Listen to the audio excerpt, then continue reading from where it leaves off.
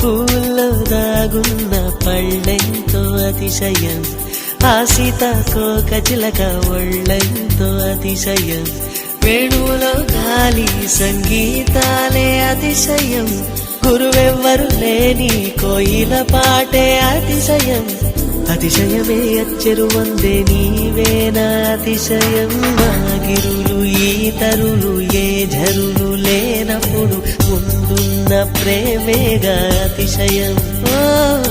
16 ప్రయాణ పరువల్లో అందరికీ పుట్టేటి ప్రేమేగా అతిశయం.